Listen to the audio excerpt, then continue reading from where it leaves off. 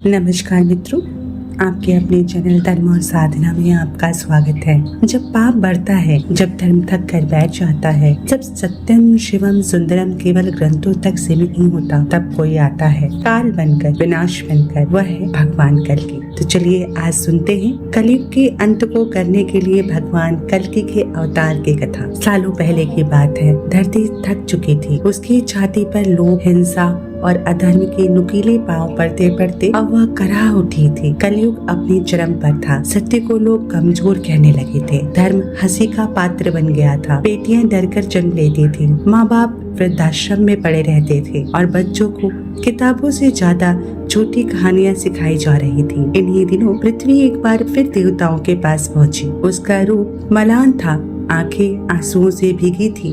देवताओं ने मिलकर भगवान विष्णु से विनती की, हे पालनहार, अब केवल आप ही बचा सकते हैं। विष्णु मुस्कुराए नहीं। उनकी आंखों में इस बार करुणा नहीं, क्रोध था।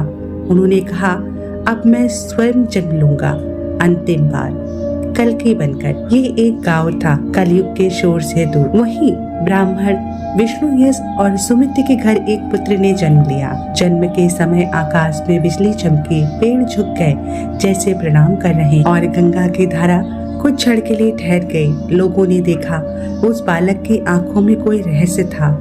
वो शांत था, लेकिन भीतर कहीं अग्नि धधक रही थी। उसका नाम रखा गया कल्कि। कल्कि साधारण बालक नहीं था। वो तलवार को ऐसे पकड़ता मानो जन्मों से उसका स्वामी हो। जब अन्य बच्चे खेलते वह ध्यान करता, जब वह बोलता तो वयस्क भी सुनते। एक बार गांव पर कुछ डाकुओं ने हमला किया। कल्कि मात्र 12 वर्ष का था। उसने अकेले 7 डाकुओं को परास्त किया। तब लोग समझे यह कोई साधारण मानव नहीं है। समय बीतता गया, कल्कि युवा हुआ और साथ ही दुनिया में अधर्म भी बढ़ता गया। अब राजा भ्रष्ट थे, न्याय बिक चुका था। असुरों ने मानवों का रूप ले लिया था। वे नेता, व्यापारी और गुरु बन चुके थे। कल्कि ने अपनी तलवार उठाई और अपने दिव्य घोड़े देवदत्त पर सवार हुआ। उसने एक एक कर अधर्मी राजाओं को ललकारा, उनके महलों को धराशायी किया, उनकी सेना को कुचल दिया। लोगों ने देखा वर्षों बाद कोई ऐसा था जो सच के लिए लड़ रहा था। और अब अंतिम युद्ध था काल नेमी से। कल्कि का अंतिम युद्ध हुआ काल नेमी से, जो अधर्म का राजा था। उसकी शक्ति कल्पनाओं से परे थी। उसने कहा, मैं कलयुग हूँ, मुझे कोई नहीं मिटा सकता। कल्कि मुस्कुराए, तो युग है, पर मैं तो काल हूँ। युद्ध 7 रातों और 8 दिनों तक चला। धरती कांप उठी, सूर्य डर गया, आकाश रो पड़ा। अंत में कल्कि ने अपनी दिव्य तलवार से काल नेमी का सिर काट दिया।